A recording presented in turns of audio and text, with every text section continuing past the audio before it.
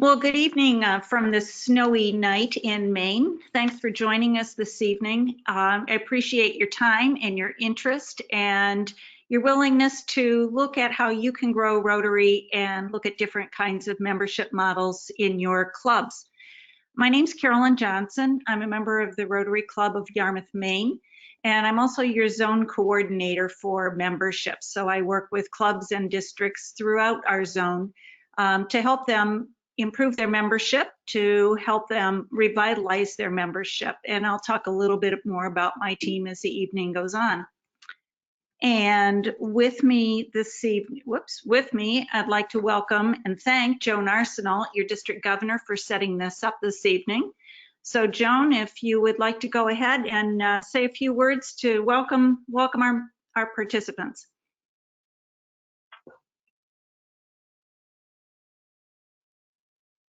Hi, everyone. I really want to thank you all for joining us. This is so exciting for our district to have our first webinar. And I particularly want to thank Carolyn Johnson, our moderator, who you just heard from, as well as our membership committee, Terry Curran, Bill Sullivan, Kevin Sue, and Peter Majane. So, and all of the speakers that are joining and helping this seminar be a great success. Thank you. Super, thanks, Joan, and thanks for setting this up. So we will move right along. Just a couple of housekeeping things before we go too much farther. All the participants are muted throughout the seminar so that it cuts down on noise interference. If you look at your control panel there at the halfway down on that control panel, there's a little arrow that says questions. So if questions come up during the webinar, or if you have are having any difficulties, then please type it into your question box and we'll get it sorted out and answered as quickly as we can. So let's get started. Our goals for tonight. We're going to talk a little bit to start off about why people join Rotary and why Rotarians stay with their clubs. We're going to consider the benefits of diverse membership. Why would you want to have different people joining your club? We're going to look at some different membership models, and that will be the bulk of what we discuss this evening, is those different membership models. And we have some panelists from your own district who will talk about how they've used different options within their own clubs to strengthen their clubs. And then at the end, we'll talk a little bit about where to go for support. So if you'd like to try some of these options, you know where to look for help.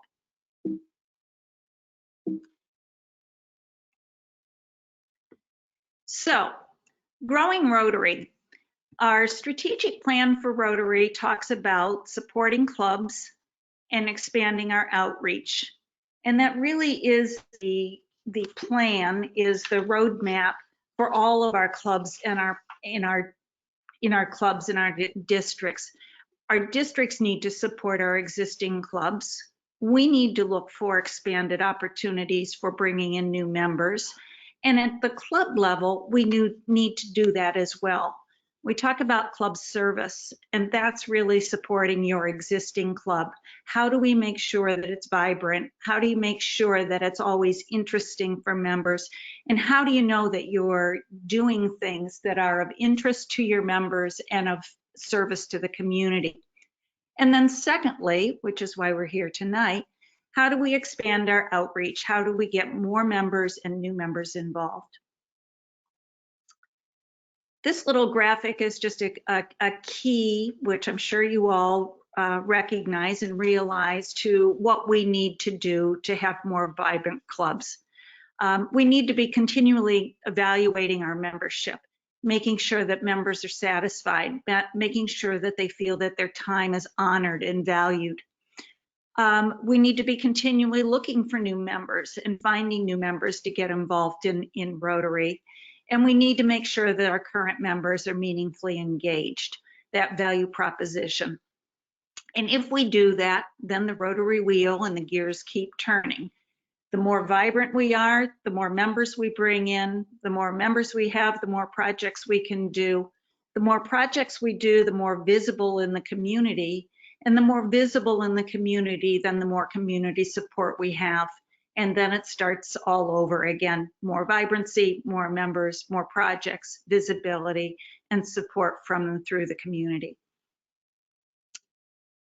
Rotary, because we're a service organization, one of the things that we have become better at in the last few years is really looking at what we do. Johns Hopkins Center for Civil Society did some research for Rotary International, helped us figure out how we can track and clock our impact in our own communities and international. And we found for 2017, we contributed about 47 million volunteer hours per year. Internationally, 47 million hours of volunteer service to our communities. And in addition to that, if we took those volunteer hours and take the work that is done through our foundation and through our local clubs, we have put at least $850 million worth of community service back into our communities, almost $1 billion. That's the impact that Rotary has. And when we're talking to potential members, having these numbers in mind, they're huge numbers, but each club, each Rotarian makes a difference. And collectively, it's that impact that we want to promote. We talk about our value proposition for Rotary, and all of us, we get involved for service, but there also needs to be something, what's in it for me.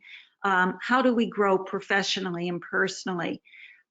We join Rotary because of the reputation that Rotary has and the traditions and sometimes the customs that we have, but certainly because of the stellar reputation that Rotary has internationally. We join for the service, and we join to make a difference. And I love this quote. We say yes to Rotary, and I don't think many people understand the scope of what they're saying yes to. The great joy is finding out. And if you've been involved in community service projects, if you've been involved internationally, you certainly understand the great joy that saying yes as a Rotarian can bring. Unfortunately, we all know that as we bring in members every year, we also lose members. And for the last several years, we've brought in over 158 million members, but we've had over 160,000 members, not million, 1,000 members go out the back door. More than half of those members have been members for fewer than 3 years. And this is something that we want to address and can be addressed by multiple membership models. Why do members leave? All things within our control. Cost and time of Rotary. Carolyn, Yes? excuse me, this is Joan. I can't see the slides, and I called Dave Gardner and he can't see the slides. So I'm not sure the slides are up. Okay, let me see what I can do. Can you hear me though? I can hear you fine. I just see nothing. Okay, let me see what I can do. Excuse me, on sharing the slides. They are up. Thank you. I will mute myself. Okay, thanks, Jane, for letting me know. Okay, thanks. I think we'll keep going from where we are. So why members leave? All things under our control. Cost or time. We can control the cost. We can control the time that we ask of Rotarians. The club environment. Is our club warm? Is it friendly? Is it welcoming? Does it engage its members? And unmet expectations. Are we talking to members promising something that we do not deliver? And again, these are all things that can be addressed through having different kinds of membership models if we're creative and if we work at it. So let's get started. First, looking at different membership models, how would including different models benefit your club? And I'd like you to think about, for the next minute or so, think about the members in your club. Who's there? Balance between men and women. What professions are represented? age demographics, ethnicity, different kinds of professions that are in your community. Are there people missing from this vision that you have? And if so, how can we get them involved? Challenges faced by club leaders: 1, certainly attracting new members, and 2, accommodating the varied needs of members. And how often have we had someone say, we're going to take a leave of absence from Rotary, or I want to take a break for a minute. I want to take a break for a period of time. When that happens, that could be a signal that we're not accommodating the needs of our members at the time, which is also then a call for how do we move forward with different kinds of models. So first, decide what's your club's unique selling point. Why join Rotary? Why join your club? What is someone going to benefit from? What do you have to offer within your club? That, I think, before we dive into different kinds of models, is most important, to have a club, each club have a clear vision of their value proposition and what's most important to them. Making sure that clubs are engaged in local community service. When you poll Rotarians, when we talk to Rotarians internationally, the number 1 reason for joining is getting involved in local community service. Local, roll up your sleeves, get your fingernails dirty, and do the hard work, local community service, and service that as Rotarians we can identify as uniquely ours. So once we've done that and talked about our clubs and identified what's important to our clubs, the question then becomes, does your club reflect the demographic profile of your area's business and professional and community leaders? Who's in your club? Who's not included or is missing or is underrepresented in your club? And then what kind of membership alternatives could address this need? Hard questions. Questions for a board meeting. Questions for your club membership committee to answer. Maybe questions to have as a district committee, but certainly within the club. Who's missing or underrepresented, and how could we look at alternatives to address this need? So the 5 membership models that we're going to talk about tonight are models that have been used, are being used in different clubs throughout New England and specifically throughout the United States and Canada. We're going to talk about a service membership or a friendship membership. We'll talk a little bit about corporate memberships. We'll talk about young professional memberships, how to get those young professionals involved when they're leaving Rotaract, when they're leaving the university, and get them involved in Rotary right away. We'll talk a little bit about family and partner memberships to get the whole family so that we really do have the family of Rotary and show that we are a family of Rotary. And then we'll talk about maybe a new one to you, a seasonal membership or a snowbird membership. The first thing for each of you to remember is each of these different kinds of models are models that clubs came up with. For Rotary, a member is a member is a member is a member. We only have, in Rotary's eyes, 2 kinds of members: a regular member, regular dues paying member, and an honorary member. Each one of these different models that we'll talk about, service members, seasonal members, young professional members, each one of those members are full members of Rotary. They're full members of your club. There may be a different kind of a model for their time. There may be a different kind of model for their participation in projects or their attendance at meetings. There may be a different kind of a model for their dues, but each one of these members as a member. The categories are decided and managed by the individual club, and it's really all up to you and what works for you. So the first thing we're going to talk about are service and friendship members. oftentimes for Rotarians that like to be involved with projects that may not be able to attend your regular meetings. And we have Paula Bishop from the Rotary Club of Ipswich, who is going to talk about service membership. Paula, are you with us?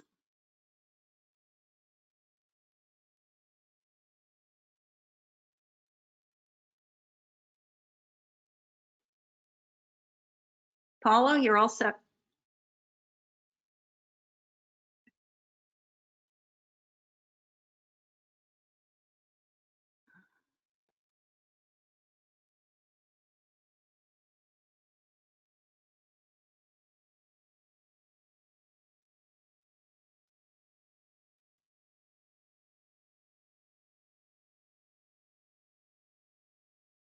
Paula, are you with us?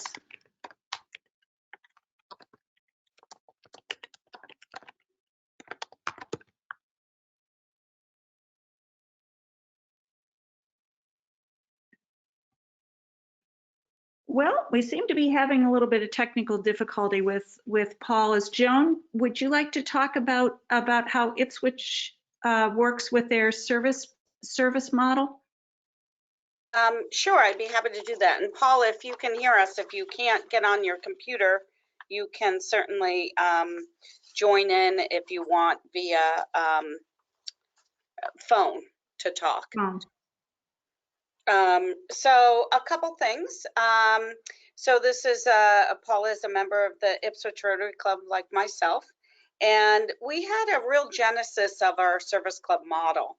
So about 6 years ago, we realized that both our new membership and our existing member attendance was really slowing down. And so in 2014, we started surveying our current members. We also went to local business owners. We surveyed town officials, and we looked at other residents and asked them what would it take to make them to become a Rotarian, and what would make that both appealing and time friendly. And so the results of our survey indicated that weekdays were inconvenient for many. Breakfast meetings were preferable to lunch meetings, and we were meeting at breakfast at that time. Weekly commitments were too frequent. If a commitment of time was to be made, that they needed to be able to make that commitment for a meaningful purpose. They really needed flexibility, and high structured attendance requirements were problematic for anyone that we surveyed. So in 2015, we launched a satellite club. We met every other week on Monday nights with approximately 10 members of this satellite club. The satellite club was separate from our Rotary Club. It had its own leadership team, but it was under the direction of the Ipswich Rotary Club. So kind of like an extension of us, or like a parent-child type of structure. And the purpose was to work on service projects, offer a resource for members to make up time, and hopefully entice new people to attend. However, the satellite club did not thrive. It lasted about a year, and we realized we made a lot of mistakes, pitfalls, and we learned some lessons. So the new satellite club members were not considered full Rotarians, and that's a problem. And you heard Carolyn just state that regardless of the structure of the membership, you're full Rotarians. We also didn't always stick to every other week, change meeting locations several times. That created a lot of confusion. And it also created difficulty inviting new prospects to join because nobody really knew when the meetings were. And then we realized that most of the attendees in our Monday night were our regular Thursday morning Rotarians looking to make up missed time.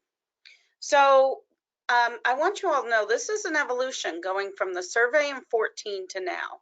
So in 2017, we restructured our regular Rotary Club meetings to be held 3 morning meetings and 1 evening meeting each month. We decided we were going to be one club. We're not going to have a separate board of directors. There's one set of officers and one board of directors. The meetings are held consistently in the same venues unless there's a planned and posted change. And we did ask that there be a minimum of 50% monthly attendance or hours of service in lieu of that attendance. And all members were considered full Rotarians as follows. So service members committed to at least one meeting a month, attended either morning or evening meetings, so it didn't matter. They work on many of our service projects and they make up the rest of the hours to meet the 50% monthly attendance requirement. Our regular members typically plan on attending and participating in monthly meetings more often, again, either morning or evening, in addition to working on service. So the regular members had a more focus on the fellowship, attending meetings, and doing service, whereas the satellite members had much more of a focus on doing the service and attending less meetings.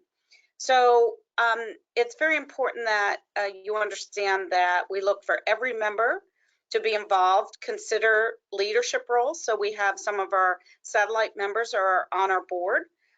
We ask everyone to participate in service projects, and we stay on top of collecting and reporting service hour data from the members.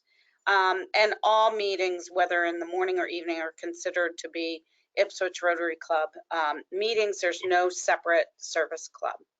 The results that we have seen is that benefits, we can offer the option of 2 different types of membership for those who can't commit to traditional weekly meetings. We have become, as a club as a whole, more service project oriented, and many of our members find it very meaningful. And we can also be very flexible, as the 50% monthly attendance that we ask is easier to fulfill with service project participation and is much more, sometimes much more friendly than our meetings are friendly, but it's just wonderful to have that service together. We have also seen an increase in attendance of other Rotarians looking up to make a meeting in the evening. Statistics over the past 4 years, our membership committee has tracked 42 new prospects. We've added 30 new members. 7 new members have chosen to be service members, and that's the option that brought them to us. Roughly 15 existing members have slowly migrated to the service member model. But again, this has allowed us to retain those members where we would have lost them in the past. And I want to thank Paula, who I know put this together and somehow is not able to call in. Those are her notes. I believe our due structures are the same. And that's how we've evolved from 14, starting in 15 over to 2020 as we speak. And our club is now the second largest in the district, having over 70 members. Thank you. That's a great success story. And the few things, a couple of things that you mentioned here, Joan, that Paula had in her notes as well, is that you did your homework. You went out and you talked to the community, you talked to potential members and current members and did your homework. And I think that's so important. So often we'll dive right into something with information that we think we know, but we may not fully understand. The fact that you were flexible and you changed when something didn't work, that you started with a satellite club. We'll talk about satellite clubs later on in the evening, but the fact that you were willing to look at it and change what wasn't working, and to be very clear about what the different expectations are for the various members. And that's a real key to the flexible membership, is make sure that everybody knows what's going on, that we don't keep it a mystery and we don't keep it a secret as to what the different expectations are for the very varied membership types. And certainly, to reinforce one more time, a member is a member. In the eyes of Rotary International, in the eyes of your district, a member of your club is a member of your club, whether they're a service member or a regular member or one of these other models. So thank you so much, Joan. I appreciate you filling in. You're welcome. Thank you. Another option that many clubs are considering is a family membership. We talk about the family of Rotary, and this is really a way to reinforce the family of Rotary and get young families involved right from the very beginning. Under a family membership, multiple family or household members can join under one umbrella membership. It could be a couple that would join, perhaps at a reduced dues rate. Perhaps the club dues might be lessened, or it could be the entire family joining. The entire family, if it involves younger children, certainly requires some pre-planning for the club.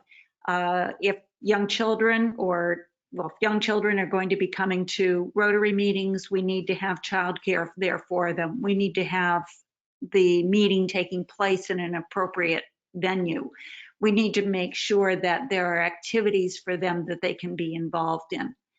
But the piece for family members, if you're involving young families with young children, bringing in an interactor to do childcare, making sure those kids are involved in your Rotary's actual activities.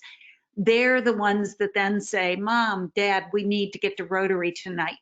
Tuesday night is when we need to go to Rotary. That's when I see my friends. And they will oftentimes drive the family decision or family discussion on what we do on Rotary night.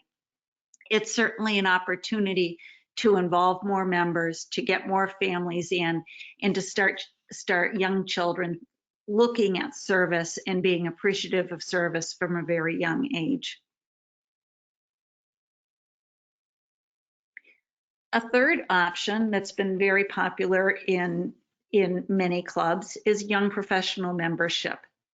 This is an opportunity to tap into the interests of people that are just starting out in their careers. Those millennials who want to connect, they want to network, and they want to be meaningfully involved in service.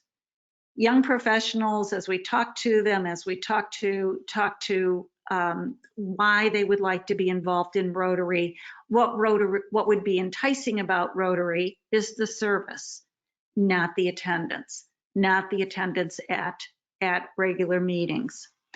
So for young professionals, there's lots of opportunities that could happen. Consider a sliding scale or reduced dues schedule for them. But don't always assume that young professionals don't have the financial wherewithal to be a full member of Rotary. Find out if this is something that's a challenge or if it's not. Normally, more frequently, the issue is not about the dues. The issue is about involvement over attendance. Make sure that those young professionals are involved and included in leadership opportunities. One thing that young professionals want is mentorships. They're looking for opportunities. They're looking for someone to take them under their wing. Look at how those leadership opportunities in Rotary can be met. And also look at how your veteran members, your seasoned members, can be professional mentors and coaches for young professionals. And also, particularly with this group, consider when you're bringing young professionals into the club, bring them in as a cohort, bring them in as a group.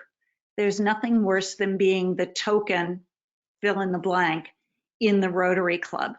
So bring in your young professionals, but if you have one that's quite interested, suggest they bring a friend, suggest they bring two friends and bring them in as cohort groups so that they're not an anomaly within your club.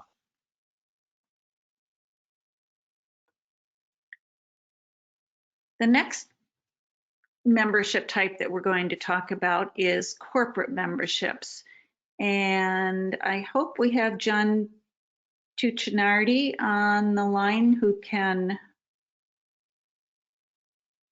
talk about corporate memberships. John, are you with us?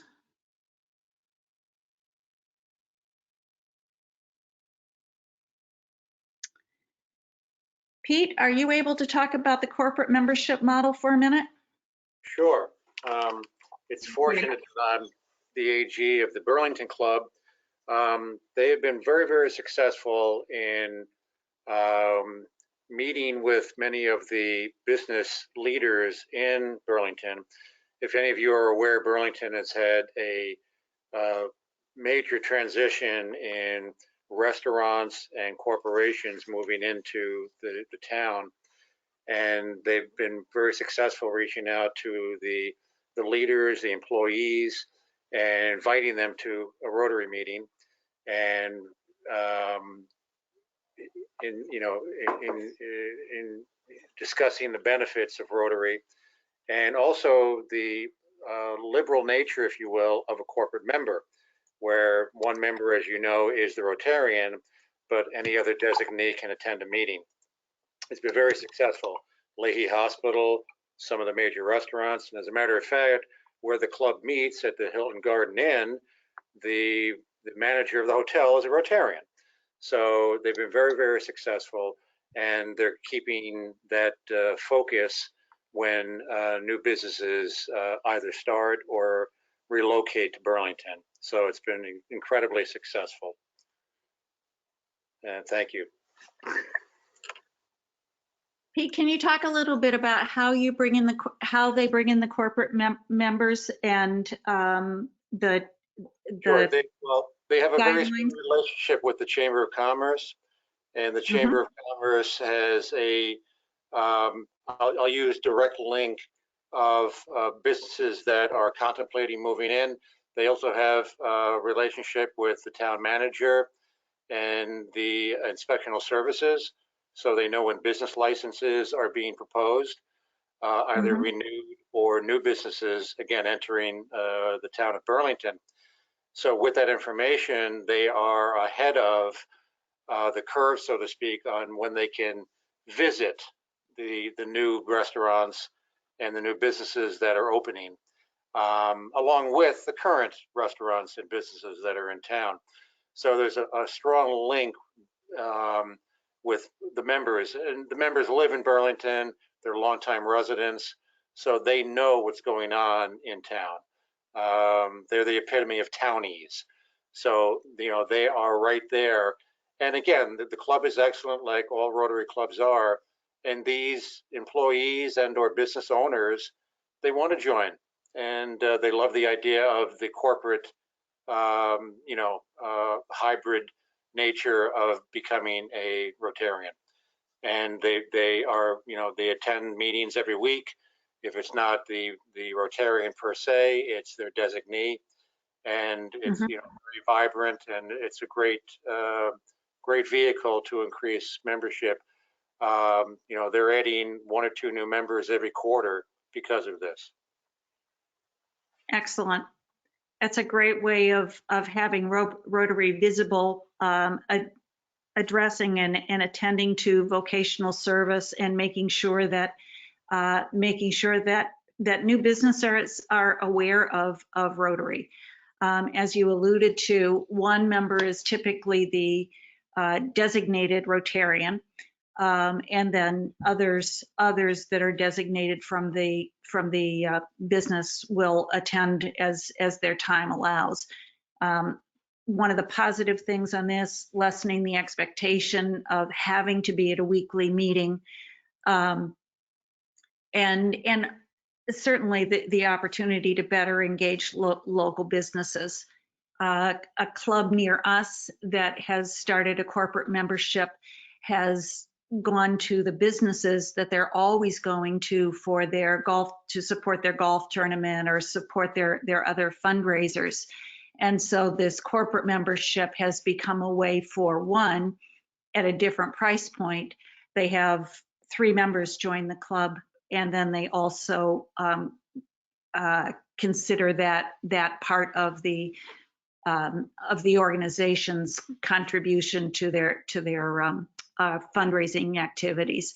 So it's not just using those businesses for fundraising, but actually getting the members actively involved as well. So, Carolyn, thank you. John is on the phone. Can you unmute him? And he'd like to say a few words. No. Carolyn's gonna bring you up right now. Can you do that? Well, we're talking to her right now. Carolyn? Yep. Yeah, John's on the phone with me, Tuccinardi. Yeah. And he was listening to everything. I don't know. Do you have audio on your computer, John? Then he needs to. Oh, it's your cell phone. Okay, he's on his cell phone, Carolyn. I don't see him. I don't see him. Oh, well, it's on your screen though, John. You're watching Put the him on video, right? speaker. Put him on speaker. Put him on speaker. Oh, We're gonna put you on speaker. And can John, you, talk. Just talk, John. I have you on speaker on my cell phone, and I'm hooked up to Joan's laptop. So go ahead. You can talk, and they can hear you. Okay. Hi, everybody. Sorry for the confusion, but I did hear some of what Peter was saying about corporate membership, and I just wanted to chime in. Burlington, I've been past president twice, once in 2007, 2008, and again 2017, 2018. And we had once thriving membership of probably about 50 members in 2007. 2017, when I took over, we were down to about 28 members. And a little bit about Burlington, some of it is going to be repetitive of what Peter said, but it has 25,000 residents in the town. But with the Burlington Mall and some of the new construction in malls and restaurants and everything that they've built Burlington into almost like a mega town, mega city, there's about 143 people in the town every day. Most of them are obviously corporate people, restaurants, banks, hotels, real estate people. So what we wanted to do is obviously tap into people that are working in the town every day, but necessarily don't live in the town every day to increase membership. So the plan that we put together through our board and,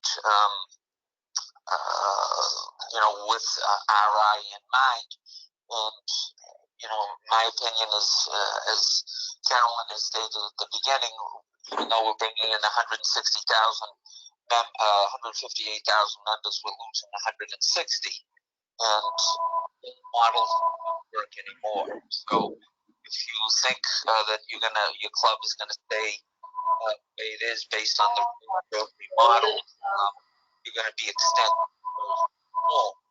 So what we do is minimum of two members, maximum of 5 for each entity. One is designated as the primary designee of the corporate membership. We charge an induction fee of $100, and what we do is we have them pay annual dues of $160 per year that will cover the Rotary International and district expenses as well. And when they do attend, they pay for the meals as they come to the meetings. We take attendance and we bill them quarterly for whatever meals they come.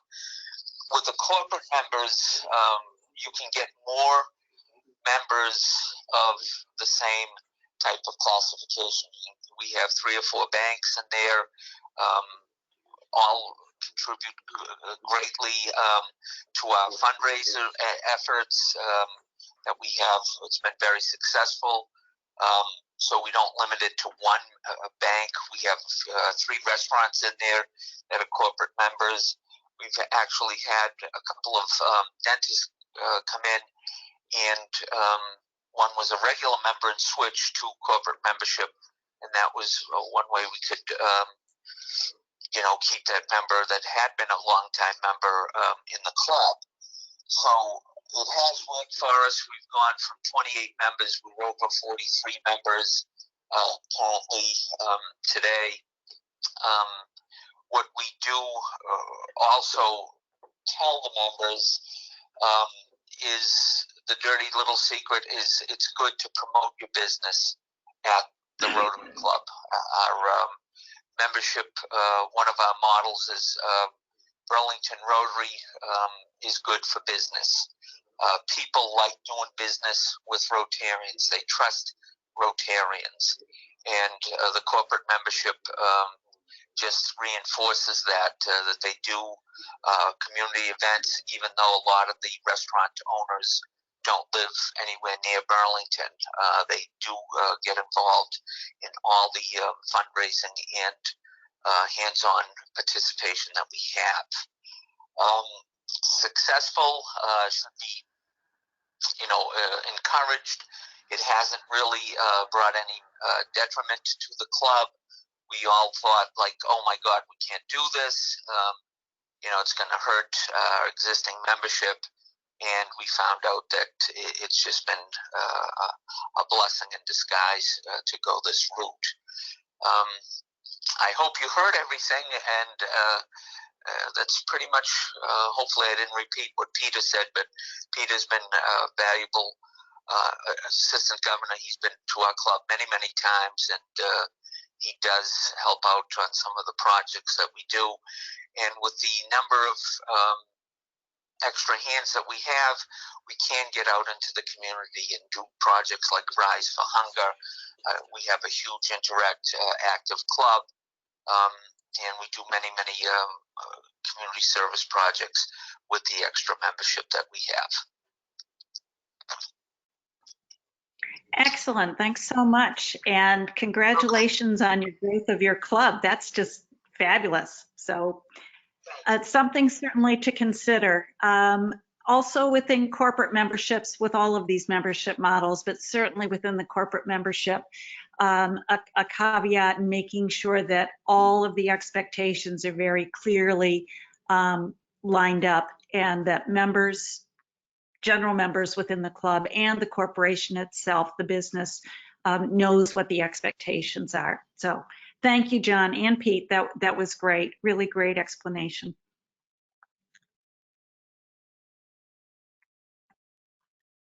Another model that actually we've seen quite a bit in Maine, but it might be something of interest to some of the clubs in your area, is a seasonal or a snowbird membership.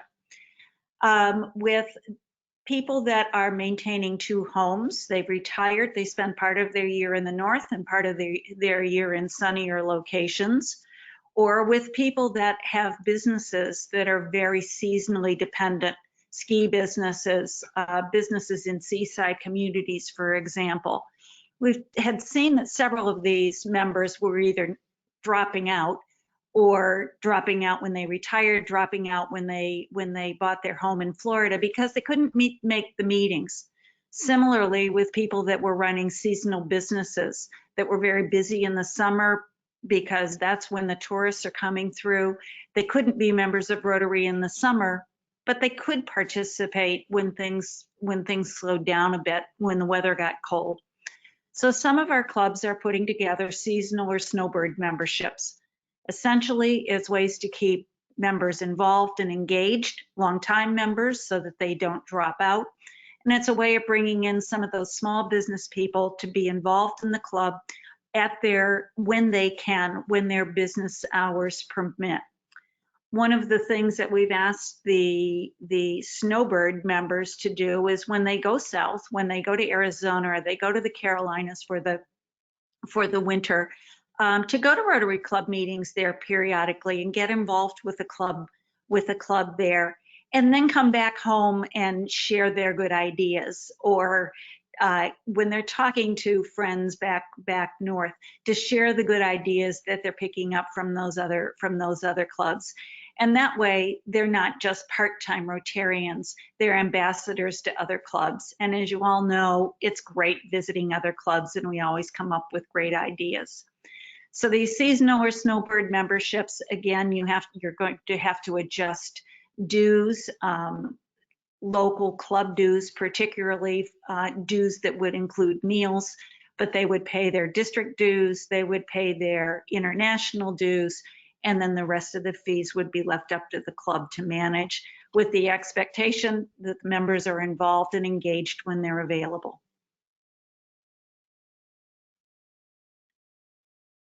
And the last model that we're going to talk about are satellite clubs. Now, the seminar, the information has been mostly focused or entirely focused up till now on different kinds of membership models. But sometimes with different membership models, the seasonal members, the young professionals, it may also mean that you might want to look at a satellite club, a different time and a place for those members to meet, different from your typical or traditional Rotary meeting. So Steve Upton from the Lynn Rotary Club is going to talk for a few minutes about satellite clubs and how his club has found success using this model. Steve, are you with us? Hi, can you hear me first of all? We can, thank you. Okay, great, thank you. Oh, anyway, I'm from the Rotary Club of Lynn, and several years ago, about 5 years ago, I think, we started a satellite club. We originally thought to start the satellite club because we wanted to attract some younger members. We have an older and a conservative club, but we thought we would have an opportunity to attract some members who might be at the beginning of their profession, who might not be able to get a corporate sponsorship for their attendance at Rotary. So we created a satellite club that meets on a separate day in the morning from 7:30 to 8:30. It's at a coffee shop in downtown Lynn, and there is no food.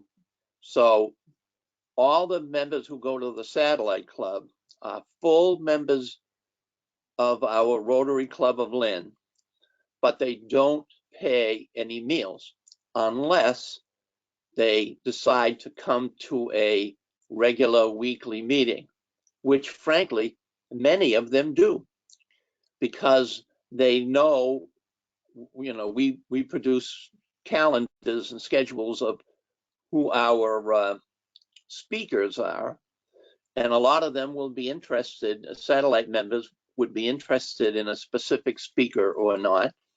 So they might come, and they might come to both, to be honest with you. Our experience has been that with a lot of the younger members that we have first attracted, they've moved in their career either to a new position or a new company. And so it's been difficult in terms of keeping them, in the satellite, but some have moved to the weekly meeting. As a matter of fact, our current president is a satellite member. He's just decided to come to our regular meeting for now 2 years that he is going to be president. Our experience has also been, because at the same time that we created the satellite club, we also raised the bar on our service opportunities. And we found that a lot of the service people that we have are really the ones who are the most involved in our service opportunities.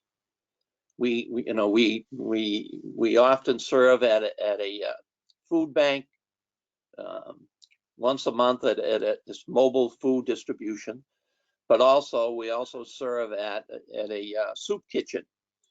And it's often our satellite members who are the most dedicated to coming to those service opportunities. We often find that the service members, when they do come to the regular weekly meetings, they just ultimately fit right in.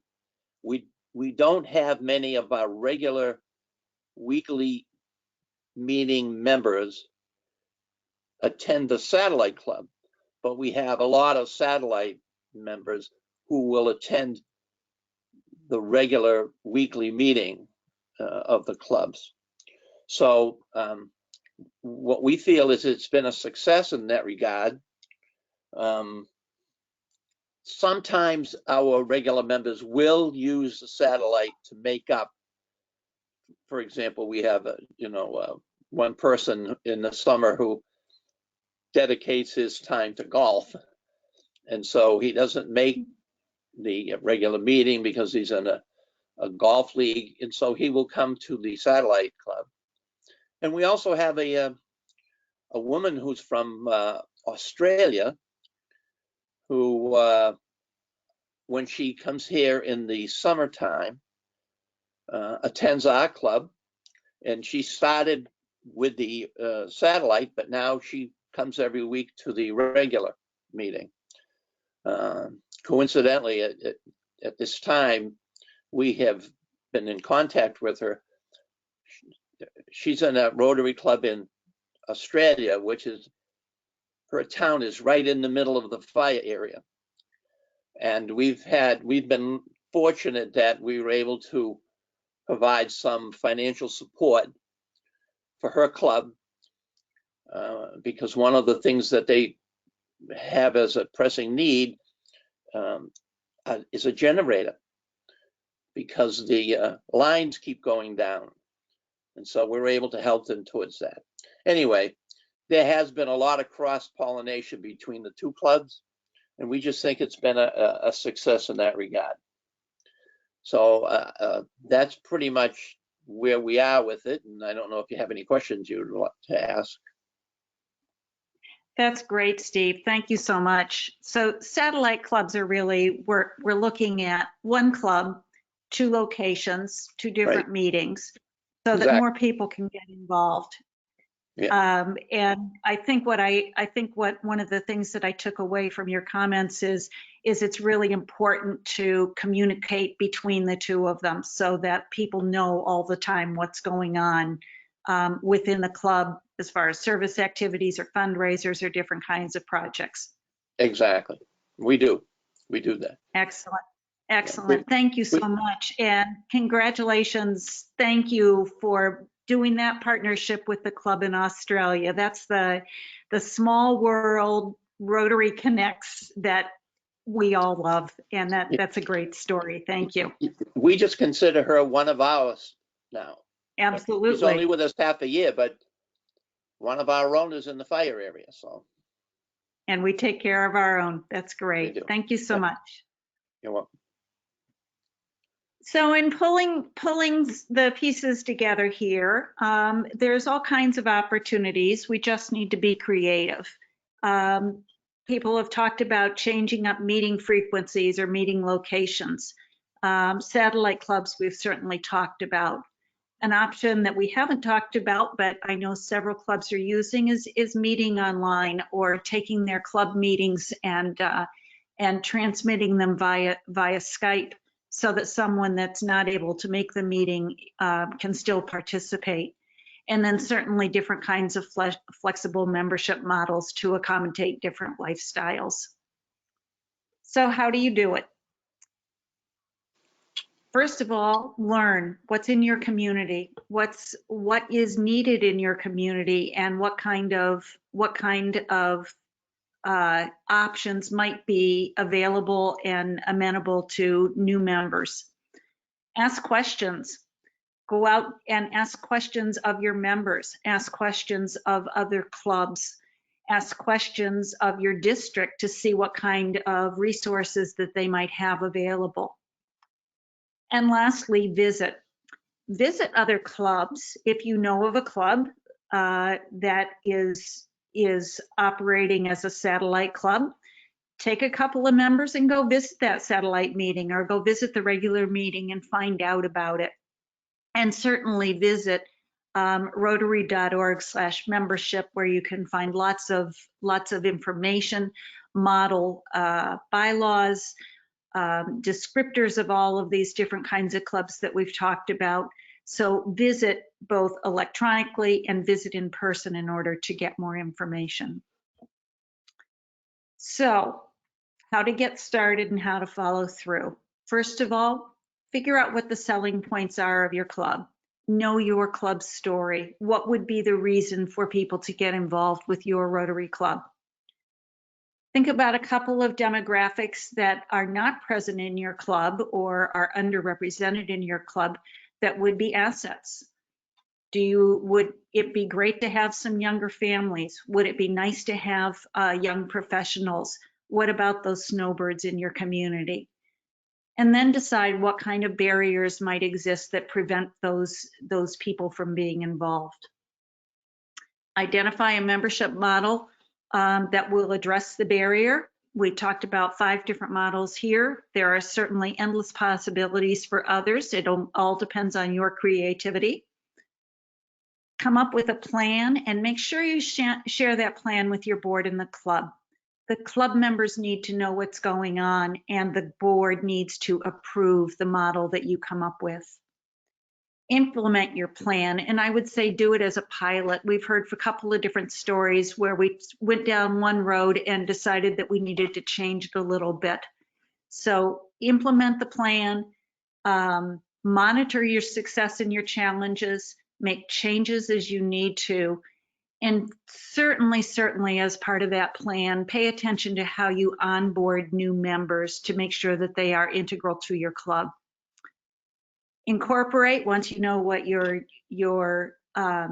settled with, incorporate those changes into your club policies and bylaws so that people know in the future how does it work.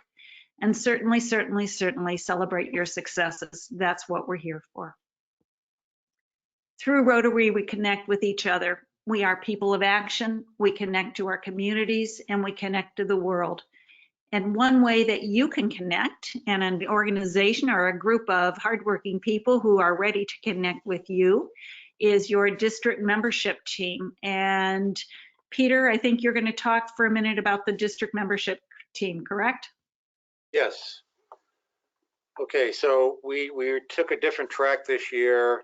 Instead of having 2 layers, a district membership committee and then the chairs of the clubs, we decided to bring all of that together and name it the Collaborative Membership Advisors.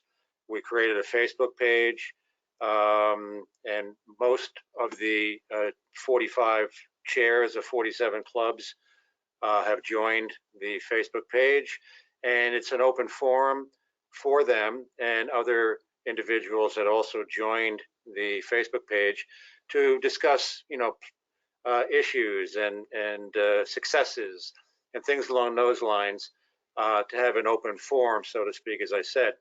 As we all know, clubs can turn into silos, and they do so much in their communities, but unless you visit other clubs, you don't know what they're doing, unfortunately, and it can become a secret. So by having the open forum to have all the clubs interchanging ideas and dialogues, it's going to allow a different dynamic than the 2 layers. I individually have been involved with the district membership committee since 2012, and we just thought that this was a different way to approach it.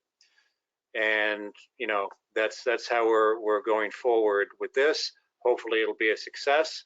Tonight is our first webinar.